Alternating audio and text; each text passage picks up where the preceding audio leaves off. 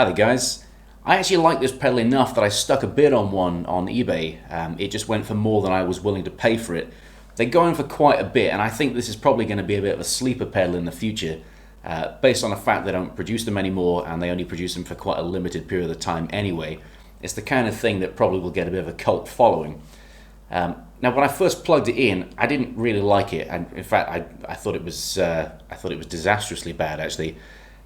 My amp is a very, very clean amp. It's a DV-Mark GH250, and the clean channel, which is what I was running this into, is not particularly accepting of drive pedals.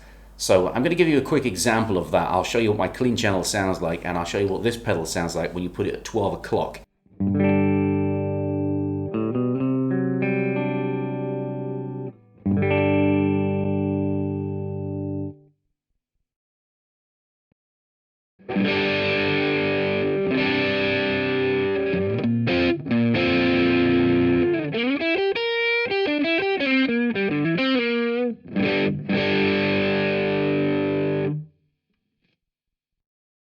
So the control on the far right here is the sound control, and it's basically a gain control, except it's got three kind of distinct flavors of gain. So this whole pedal is obviously designed to emulate a Vox AC30 and to try and turn your amp into an AC30. So in the lower reaches of the gain control, it's a clean to mild breakup. Somewhere between 11 and 2, you get quite a crunchy AC30, and I've never heard an AC30 break up that much, so I would say that AC30 would have to be pretty well cranking to get that amount of gain from it. And then everything after 2 o'clock, I would suggest you probably wouldn't be able to get that from an AC30. You'd have to boost one with a pedal just to get into that amount of distortion. It sounds pretty harsh, pretty fizzy when you get the gain that high on this pedal. It's not something I enjoyed, but somewhere between 9 and 11 o'clock, there's a real sweet spot where it turns your amp into something that's very accepting of other drive pedals. Now, my best sound I got with it was pairing it with an EP booster, and I put the EP booster after it, and that took away some of the very hi-fi high end of my amp. And then you knock this down to about 9 o'clock on the gain, and it was a really sweet sound. So let me give you an example of that. I'll show you what my EP booster sounds like into the clean channel of the amp, and then I'll put this pedal through it with the gain set at around about 9 o'clock, and I've knocked the bass down just a tiny bit, and I've added a little tiny bit of treble as well, just to counteract the EP booster. But the two together make a really great first gain stage for my amp.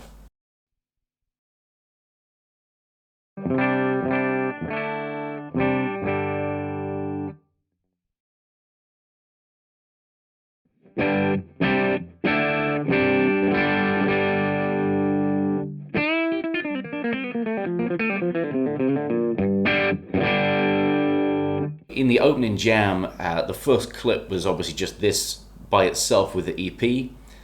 All the best sounds I got was pairing this with the EP, but your mileage may vary.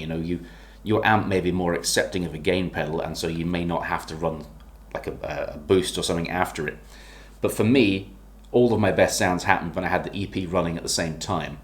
So the first sound was this with the EP. The second one was this with my Barber Burn unit, and I'm going to give you a quick example of that right now. So this is just an isolated clip of what the Barber Burn unit sounds like going into this as the front end of my amp paired with the EP.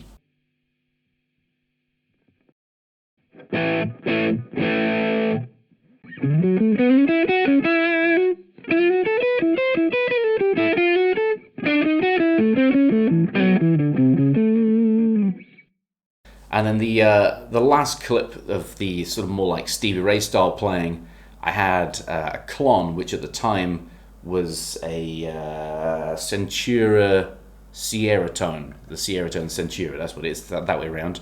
That was the kind of more Stevie sort of sounding thing. It's worth mentioning that I was coming down with something when I recorded that clip a few weeks back, and as a result, I think I set everything a bit bright because my ears were really, really burned up. I was getting that, like, the dual tone thing when you hear like two notes and you can't work out what the pitch is. So I was getting a bit of that, but I think maybe my treble had gone a little bit. So I set everything a little brighter than I like. Listening back to it, this thing has the potential to be a little ice picky on the top end anyway. But those sounds were a snip brighter. In fact, I've gone back and remixed my original mix because it was just too much top end, which is interesting. Probably would appeal to more people than my regular sound. I've got one last thing I'm just going to play to you right here, which is a quick 10-second blast of some gig audio. So this is a room mic recording done with a Tascam DR40. There's no accompanying video, unfortunately, because the SD card slot is broken in my camera, which is a bit of a pain. But it's a really nice smooth sound. I'm playing a little bit of slide through it. I've got the burn unit stacked into the combo drive, into the EP booster, into a clean amp, and there's an MXR carbon copy running in the loop.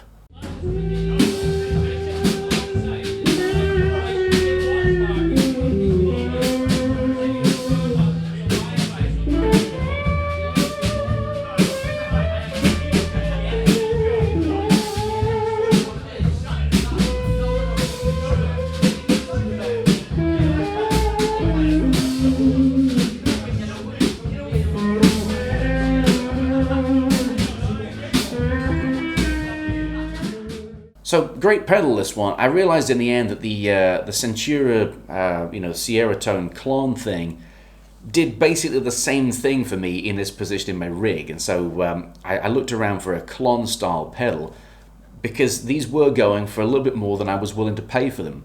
In the end, I've ended up buying a J-Rocket Audio Archer pedal for the exact same price that this is going for. Now, bear in mind that this is probably what, in a new price, a third of the price of the Archer. That seemed like a better deal to me, although it may be a sleeper pedal and it may go for a lot in the future. But yeah, so I'm really digging the Archer. It's got a little bit more bottom than the Ceriatone, and it does the same thing in my rig. It adds that little bit of mid-range and makes my gain sound real smooth. Anyway, worth checking out. Maybe if you can land on one for about 70 quid, it might be worth it as a bit of an investment for the future. Who knows? But yeah, nice pedal. All right, see you guys again later.